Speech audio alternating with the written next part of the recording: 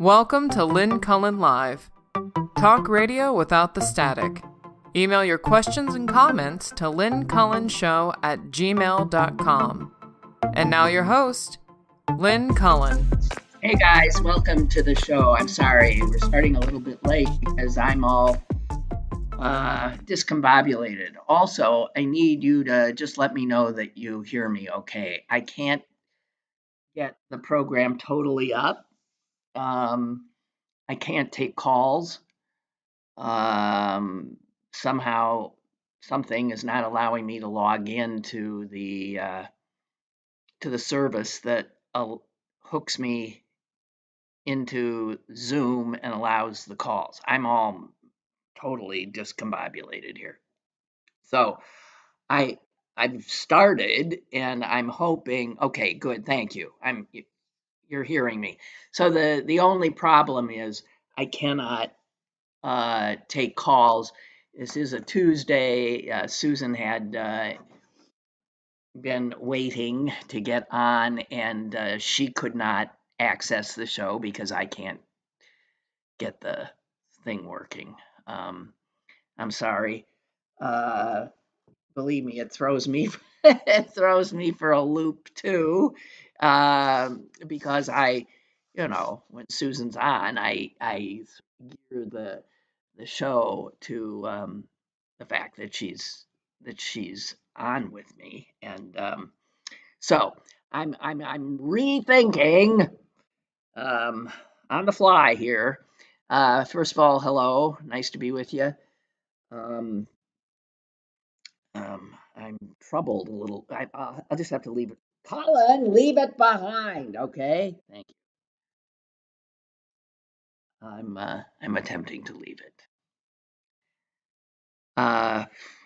Okay.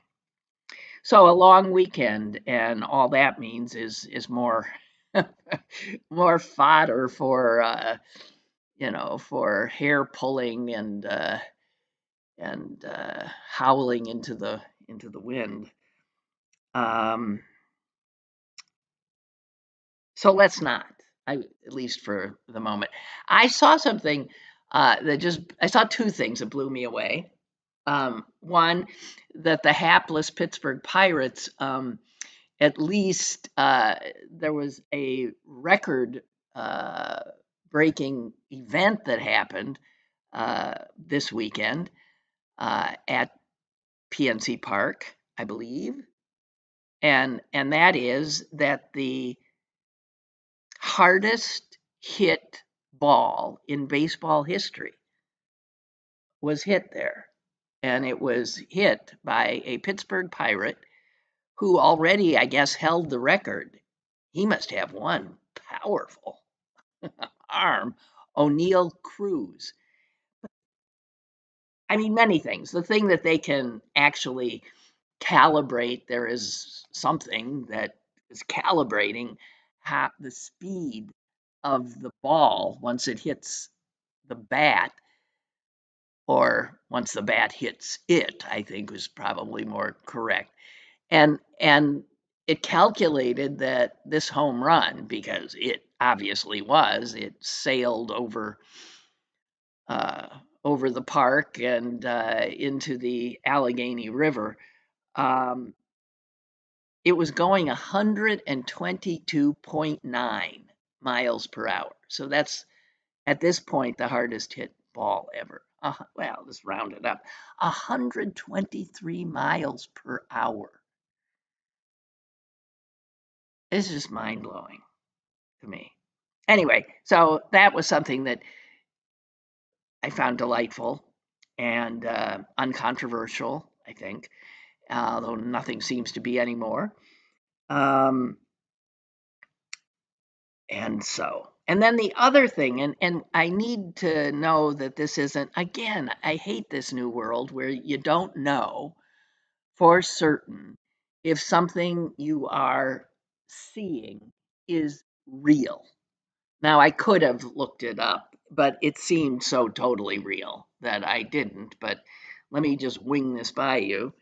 Is it true that Harvard, that is obviously dealing with an awful lot of difficulties because of Donald Trump's intent to destroy it and all that it stands for, which I guess would be Harvard is elitist. Yeah, I mean, it is the definition of elite.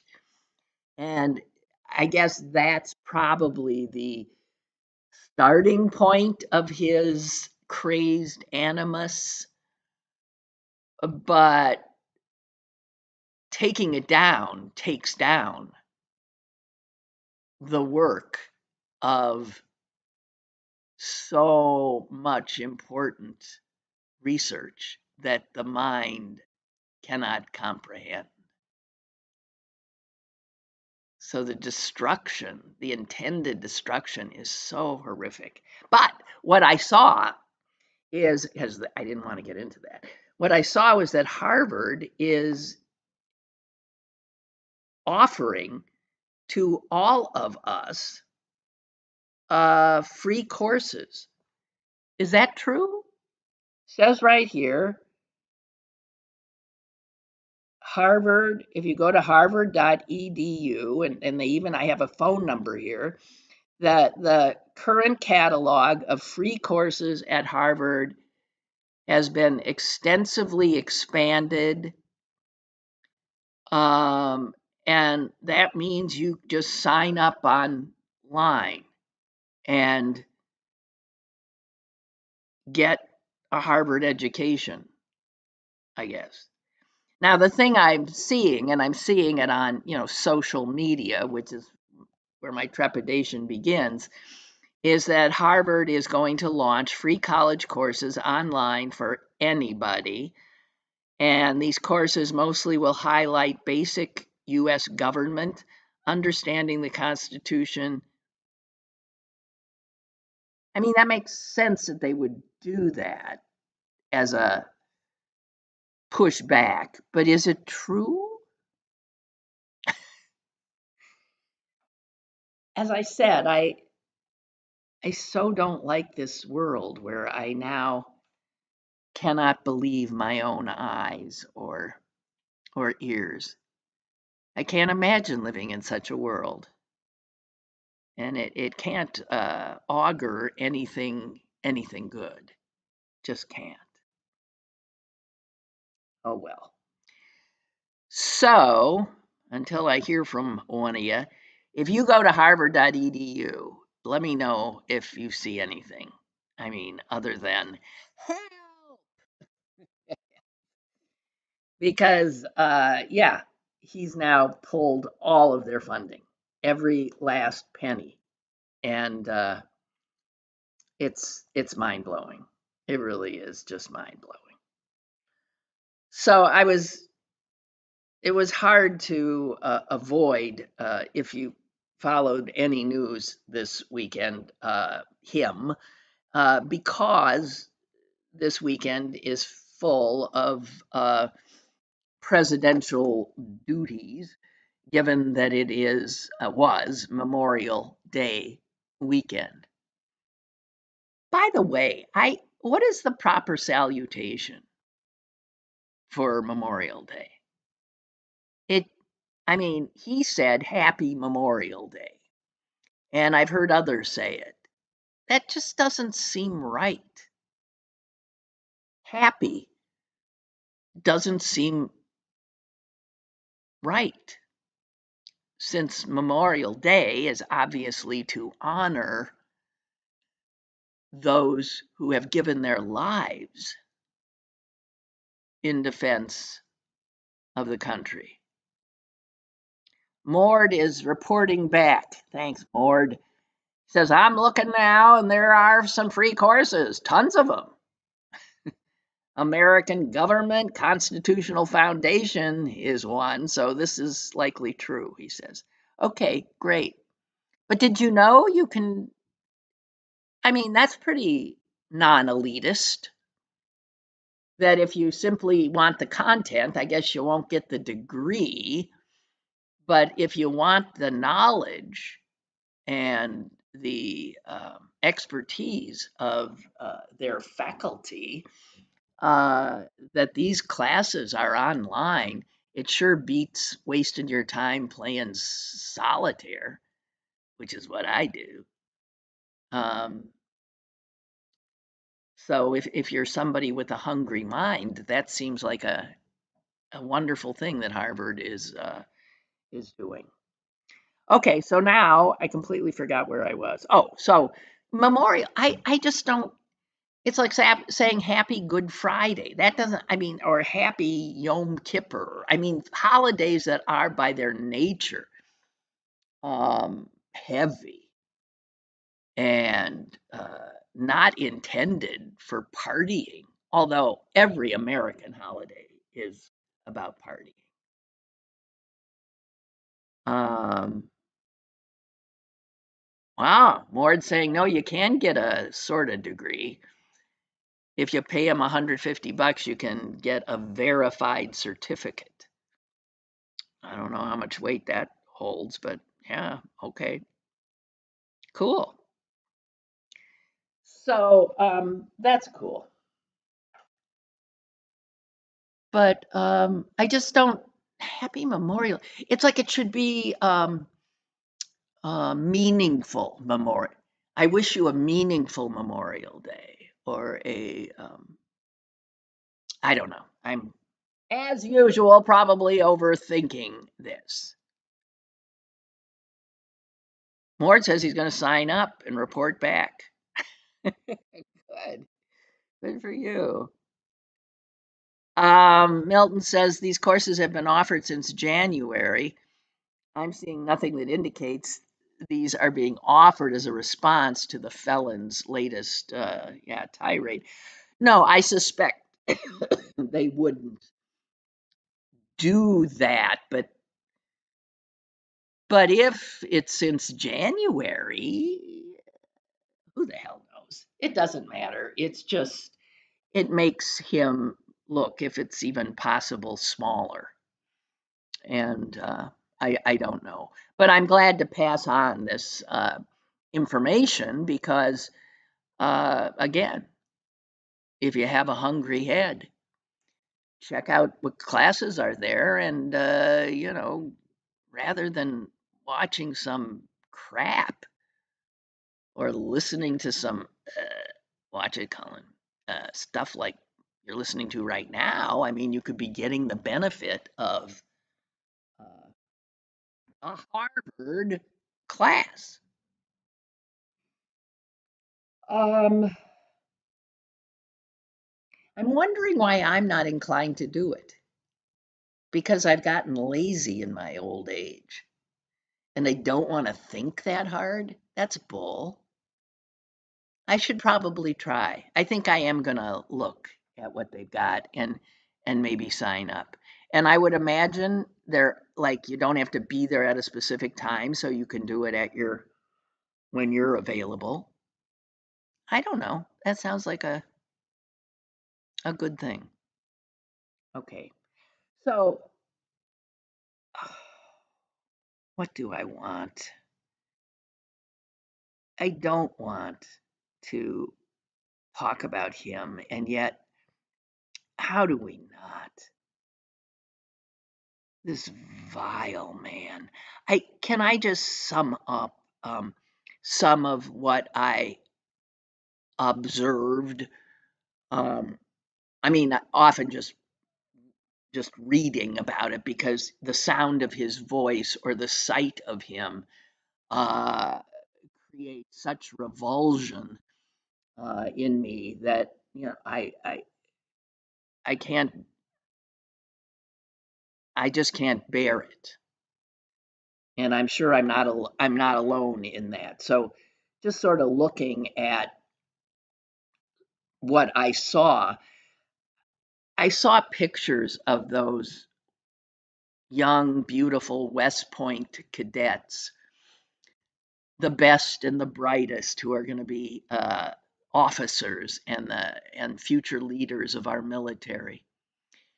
And I watched them sitting there. I mean, these are still photos, and having to be subjected to this apparently hour-long, as usual, crap speech by the man who is their commander-in-chief. God Almighty. My heart broke. Because you've got to figure that a whole bunch of those cadets loathe him. And yet,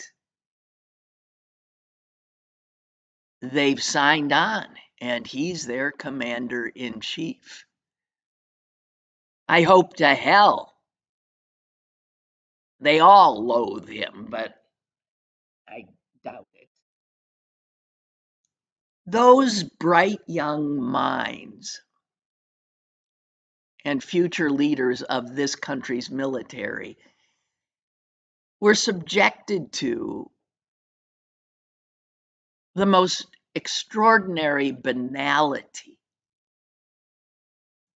Did you hear what one of the stories he just he's nuts. You're speaking to the graduates of West Point, and he said this. I'm going to quote. Just a little preface. He starts talking about this guy named William Levitt, who put up Levittown, a bunch of post-World War II suburban real estate development housing. And here's what this repellent humanoid said to these bright young men and women. So Levitt became a very, very, very rich man, and then he decided to sell. And he sold his company, and he had nothing to do. He ended up getting a divorce, found a new wife. Could you say a trophy wife? I guess, yeah, we could say a trophy wife. It didn't work out too well, but it doesn't. It doesn't work out too well, I must tell you. A lot of trophy wives. It doesn't work out. But it made him happy for a little while at least, but then he found a new wife. He sold his little boat and he got a big yacht. He had one of the biggest yachts anywhere in the world. He moved for a time to Monte Carlo and he led the good life, and time went by and he got bored. And 15 years later, the company that he sold to called him and they said, the housing business is not for us. And you have to understand that when Bill Levitt was hot, when he had momentum, he'd go to the job sites every day, every night, and he'd pick up loose nails. He'd pick up every scrap of wood. If there was a bolt or a screw laying on the ground, he'd pick it up and he'd use it the next day in putting together a house.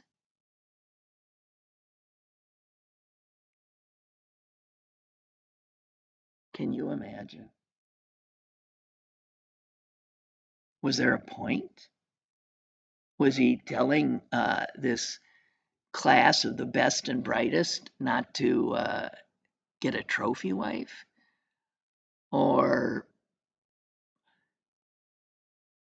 And yet we are now mired in lots of stories about Joe Biden's mental health. On a bad day, I take Joe Biden addle-brained over this. And you know what he did after he finished giving these poor souls the benefit of his wisdom? Well, what he's supposed to do as president, and oh, by the way, as president in this instance for this kind of speech, he is not supposed to be political. He is supposed to rise above that. He is supposed to be the president. and the commander-in-chief. That means you're not Republican, you're not Democrat, you are the leader of the country. And he, of course, shows up in a red MAGA hat, giving the middle finger to all of that.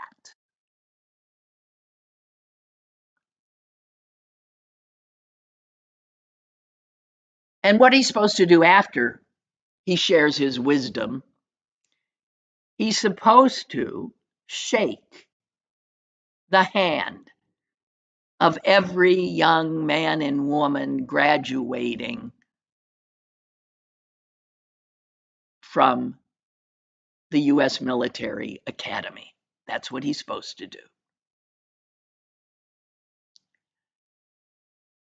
He, of course, did not. He had more important business.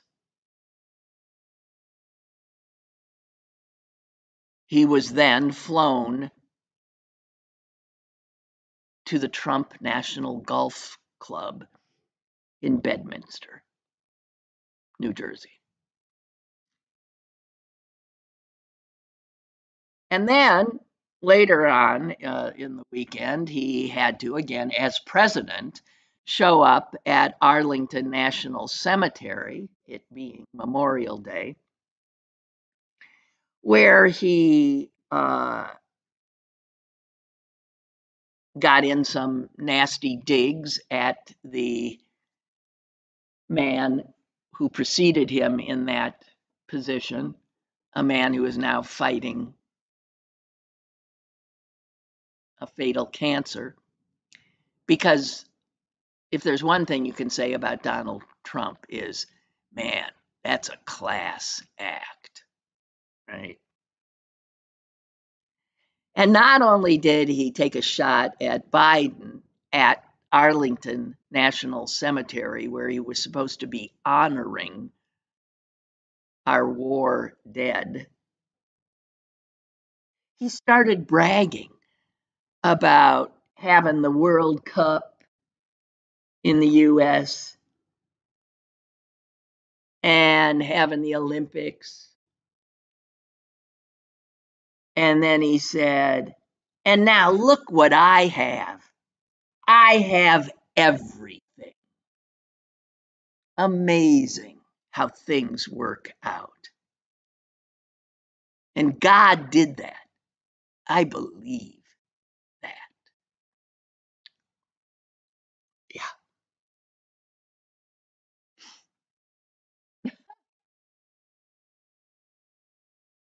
And 40% of your fellow Americans think this guy is worthy of being the president. Isn't that something? That's the scariest part. And then he took to social media and said, Happy Memorial Day, including the scum that spent the last 4 years trying to destroy our country. I'll tell you now, if that ain't presidential, what is? If this is not someone we can tell our children, that is our president. Look up and respect our president. And then he went on a full cap tirade, essentially threatening the judges of this country, because that's what fascists have to do. You take down anyone who can get in your way. Judges on a mission to keep murderers, rapists, release prisoners from all over the world in our country so they can rob, murder, and rape again, protected by these USA hating judges. Which brings us to my favorite conservative Federalist judge, Michael Luttig, who has said of late, it is an extraordinary and unprecedented development in American history that the nation's judiciary will have to consider having its own security force, because federal judges cannot trust the U.S. Marshal Service under this president and this attorney general. He's saying the very people that we, the taxpayers, employ to safeguard our federal judges cannot be trusted, because they're taking orders from a president and an attorney general who might literally wish them harm.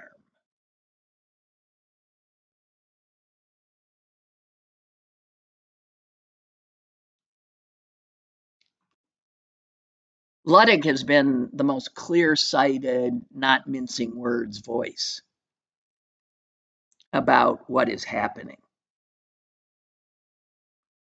He went on to say, I have to admit, given the continuing unprecedented and vicious personal attacks and threats on the federal courts and judges by the president, vice president, attorney general, his cabinet, and senior White House advisors, I would never rely upon the U.S. Marshal Service for my protection.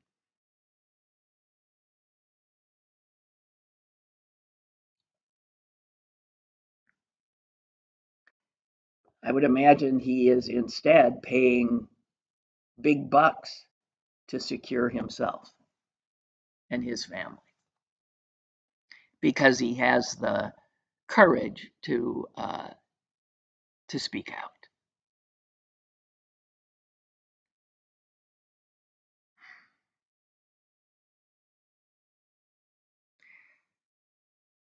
Oh boy. All right. Sorry, guys.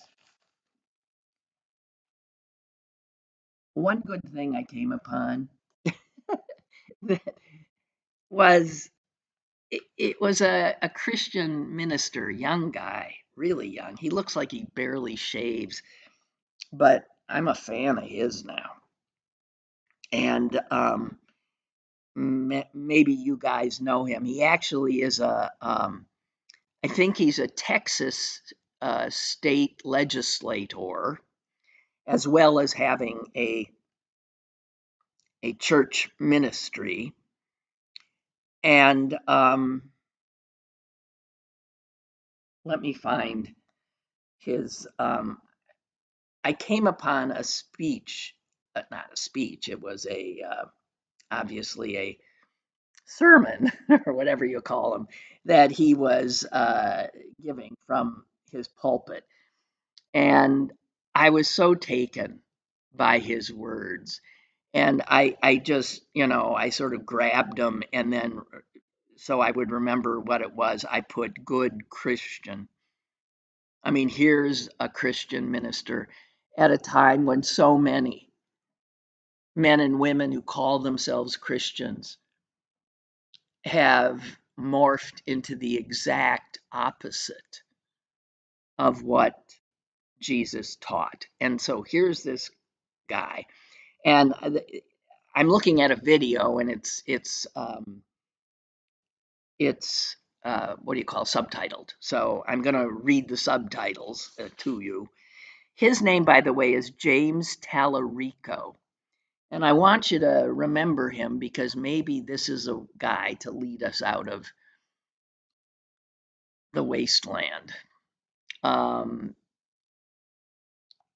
A good Christian. Here's what he says, and pardon the pauses and stuff, because I'm going by what I'm seeing on the screen. He says, come on, buddy. Come on, talk at me. Come on. And now he's not going to say anything. Great. Christian nationalists walk around with a mouthful of scripture and a heart full of hate. Now, right out of the gate, he has said a mouthful. He's saying that so many of these so-called Christians walk around with their mouths full of scripture and their hearts full of hate.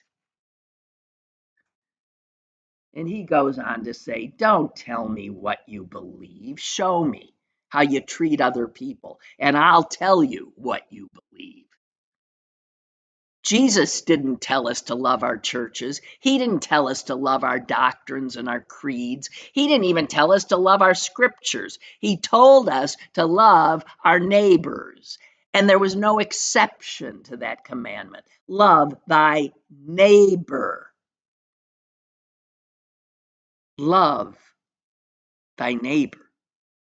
One of my favorite theologians, Barbara Brown Taylor, once wrote, the only clear line I draw these days is this: when my religion tries to come between me and my neighbor, I will choose my neighbor.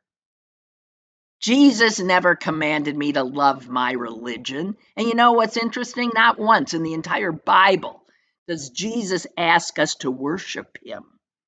All he asks is that we follow him.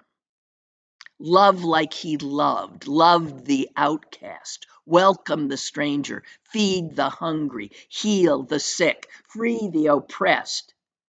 And as the hymn says, we will know we are Christians by our love. And we have to get that.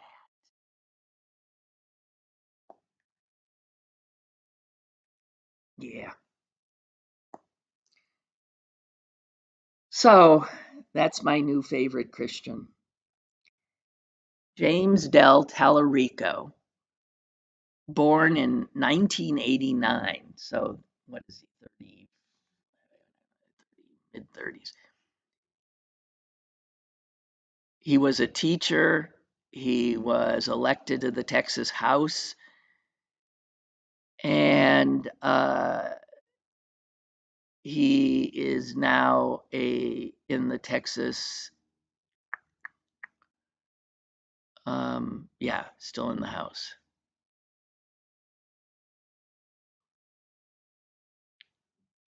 He's been called a rising Texas Democrat. Well, yeah. Baby-faced speaker of truth. And yeah.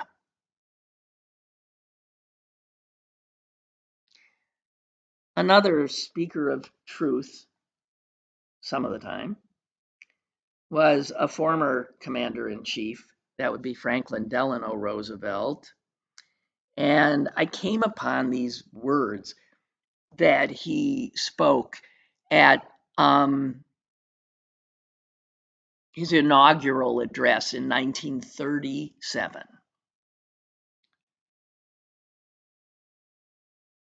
And again, the contrast between this man and the man who currently holds the office, and what that says about the people, the American people who put these men in office, shouldn't be lost on us. But FDR said, among many things, the test of our progress is not whether we add more to the abundance of those who have much. It is whether we provide enough for those who have too little. Well, if those words are true, and I do believe they are, then we, the American people, are abysmally failing that test. Because we knowingly and openly elected a man who believes on taking from the most vulnerable and giving more to the rich and taking whatever he can get his hands on. You know, the grift, the extraordinary corruption. This might, do you think, is it the corruption, the just sort of naked pillaging that he so shamelessly indulges in. Is that possibly the thing that will begin to disgust those who gave him their vote? As they struggle, as they lose jobs, as they see prices for everything that they have to get going up, is it possible that his open corruption will be the thing? I keep wondering, what will be the thing?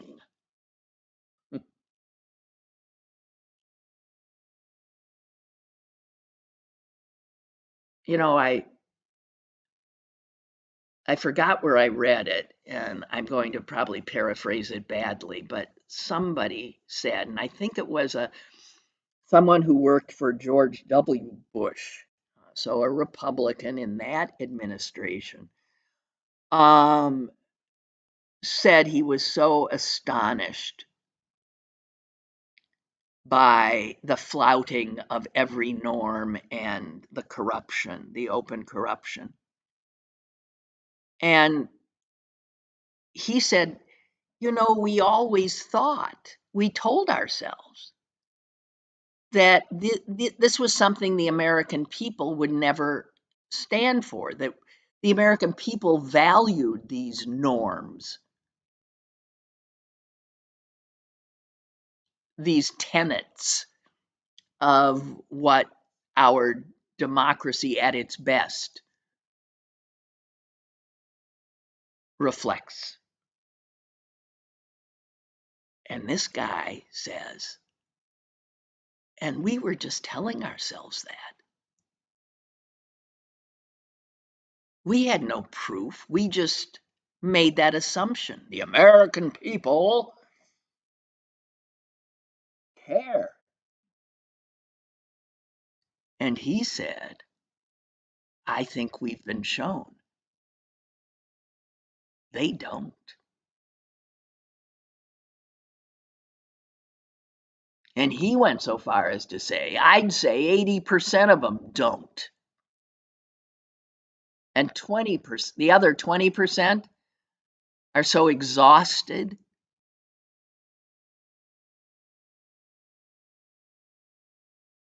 they can't stand against it. Now that, I tend to be bleak. That guy who served in George W. Bush's administration is bleaker. But I think it was the Saturday New York Times front page had this headline: Trump blares profits, eliciting barely a peep. Well, first of all, that's such a lousy headline. What do you mean he blares profit? What they're saying is he's openly and proudly saying, I'm making money hand over fist, and barely eliciting a peep is about the fact that, again, if there's outrage, you gotta really work hard at hearing it.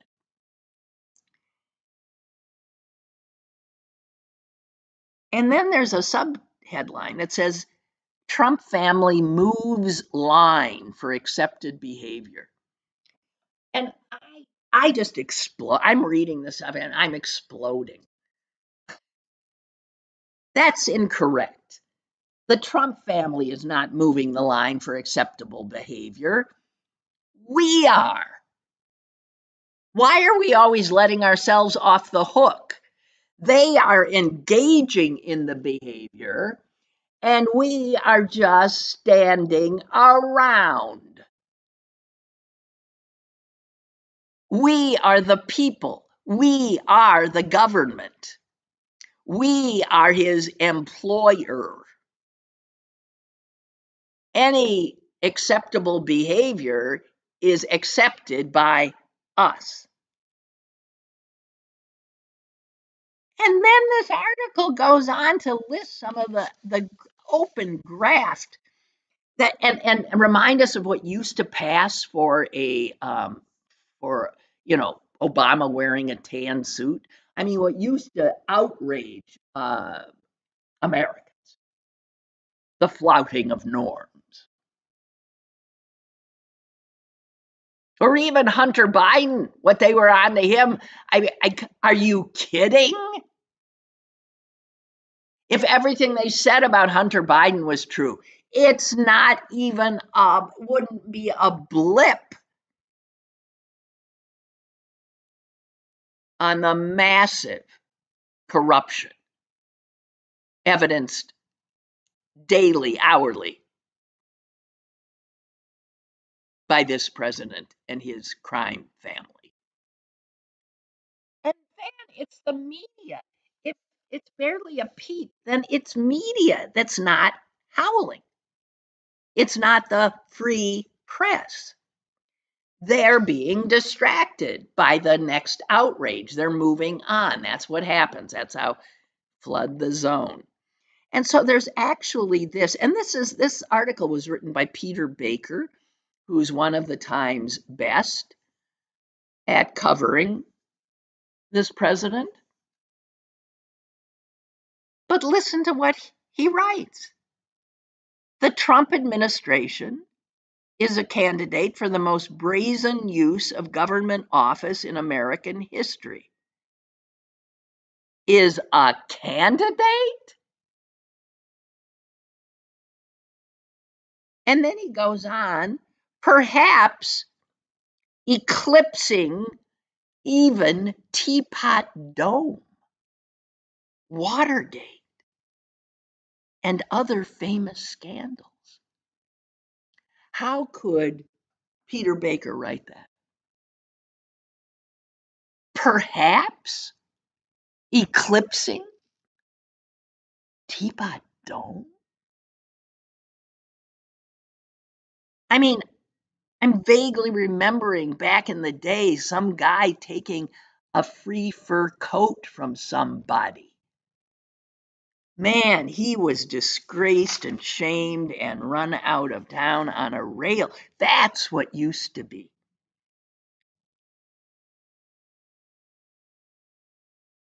And this guy openly selling himself to the highest bidder of his own company, of his own products. It's so mind-blowing. And then you remember he's the guy who said he was going to drain the swamp. Well, maybe he was telling the truth. He was going to drain it and build a bigger, better, most extraordinary swamp the world has ever seen. Maybe that's what he meant.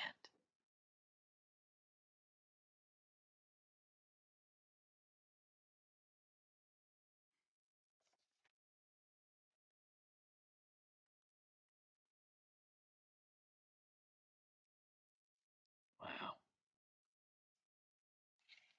I'm sorry, guys. There was this dispiriting piece, at Memorial Day. Think of those who lost their lives in Vietnam. Certainly not the current president, who, of course, avoided serving.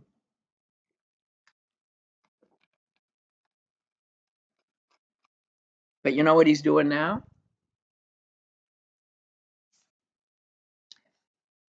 He's grifting in Vietnam.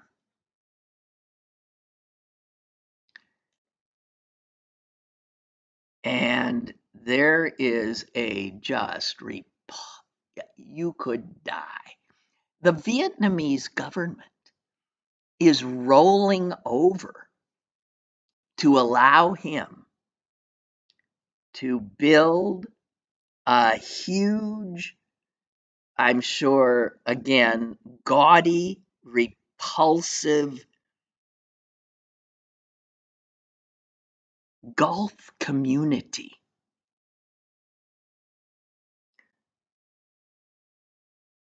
In Vietnam. And you know what they're going to where he's going to build it? They're uprooting, digging up a cemetery. The article starts talking to this Vietnamese guy. 5 generations of his family are buried there, and it will be bulldozed so rich people can frolic there. It's a $1.5 billion Gulf complex outside of Hanoi. They also green lighted a huge Trump skyscraper in Ho Chi Minh City. I mean, speaking of dead Vietnamese in cemeteries, Ho Chi Minh must be spinning in his. I don't understand this. I thought the Vietnamese government was a communist government.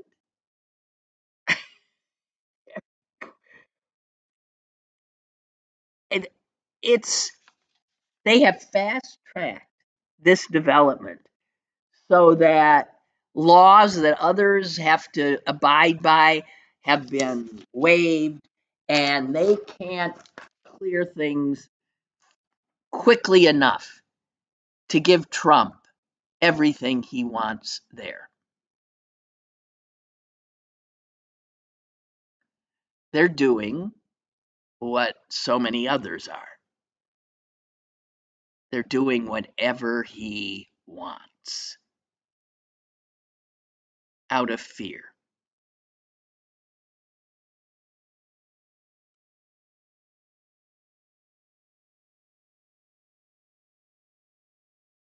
Vietnamese officials have allowed the project to break ground without completing dozens of legally required steps, from securing all the land and financing to conducting environmental reviews. Residents of the land who are going to lose their homes were held at a distance by police when Eric Trump and his lovely wife and other Vietnamese officials came by to, I don't know, dig the first bit of their ancestors' bones up. And these Vietnamese people, 50 years after they supposedly beat these Americans, humiliated these Americans, watched and were held back by their own soldiers as Donald Trump raped and pillaged their land with the help of the Vietnamese government.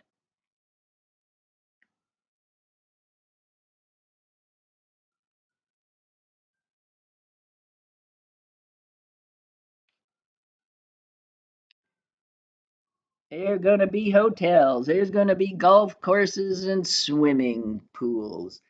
And one of the poor guys who was watching his land be destroyed said, "And we will have nothing. What are we to do with our lives?"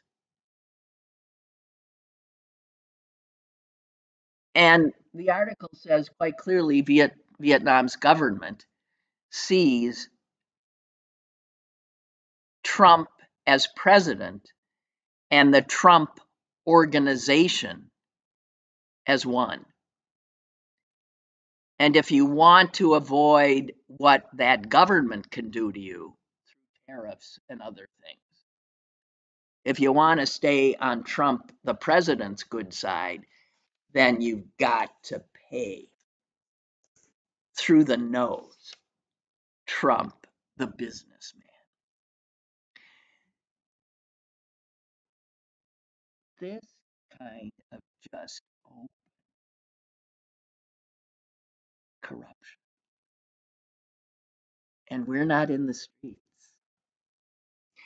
You know, there's some people who stand on the corner near near in my neighborhood. There are a few people in different on different corners, and I so admire them. They're there, rain. There was one day when it was frighteningly pouring down rain. They're there from 5 to 6 p.m. every day. Sometimes just four or five of them, and they hold up signs. They have different signs, no kings, and they stand at the corner, just holding the sign.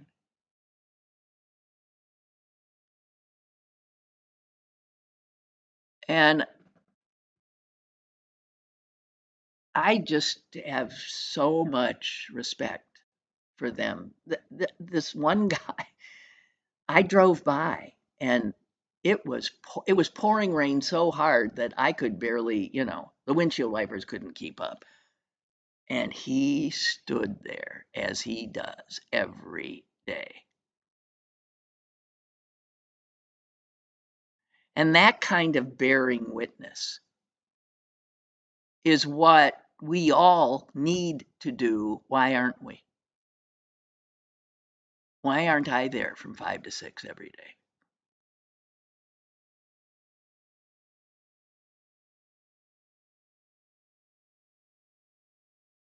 I don't know.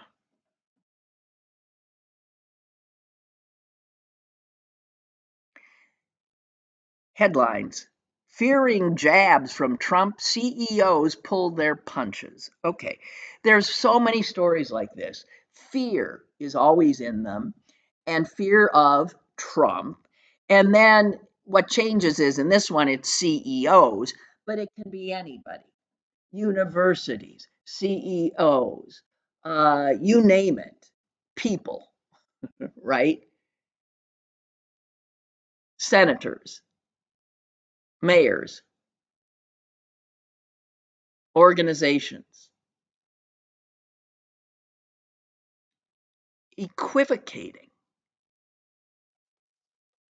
pulling punches, as opposed to what? Standing and resisting, fighting.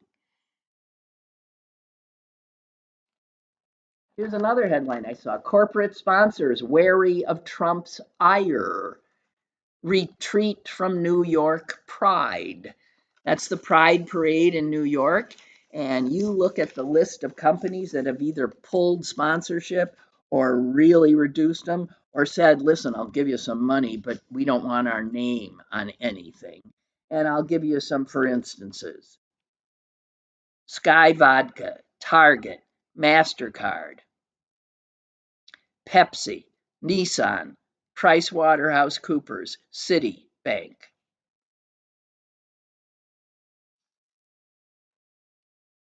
The only company returned as a platinum sponsor, that's at the highest level, is L'Oreal. That is it,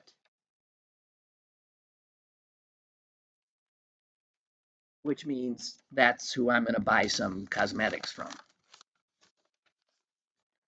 And then the only other person who's modeled the proper reaction is Bruce Springsteen.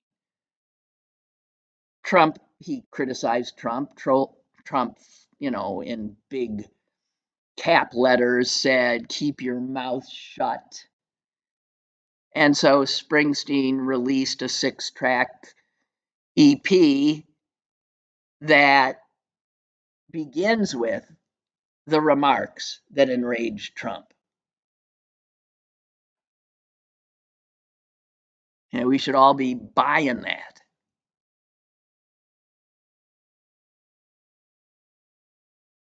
Part of what he said, I think I have it here.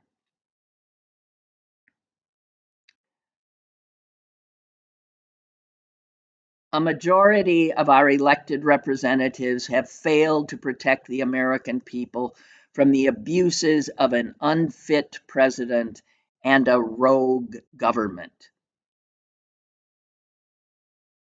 They have no concern for what it means to be deeply American. And he starts by saying that America is these are remarks he made in Liverpool. America is currently in the hands of a corrupt, incompetent, and treasonous administration. Liverpool or Manchester, not sure.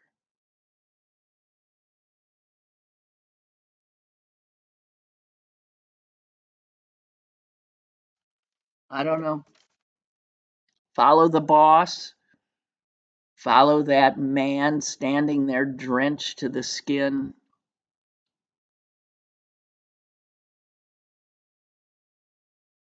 Or suffer the consequences, because I think we will.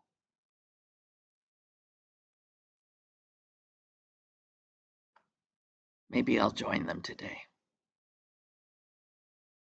It's a matter of taking that first step of getting out of our comfort zones, of not fearing looking silly or something.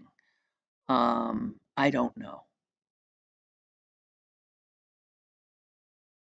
But I need to have a long talk with myself.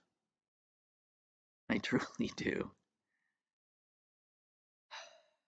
Okay, guys, thank you. I hope I can figure out what's going on here with my inability to take calls. But at any rate, I will be here tomorrow. And Thursday, that's just the day after tomorrow, is Throwback Thursday, meaning Donald Trump doesn't exist. We're going back to the world before him. And so, all kinds of subjects, anything but. Okay? I'm looking forward to it. That's the brainchild of Rich in the North Hills, the final Thursday of every month. Give us some respite. I'll look forward to it as soon as I can figure out what the hell I'm going to talk about. that's, that's a tough part. Yike.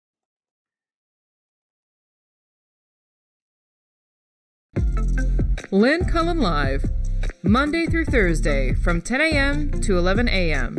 and archived at pghcitypaper.com.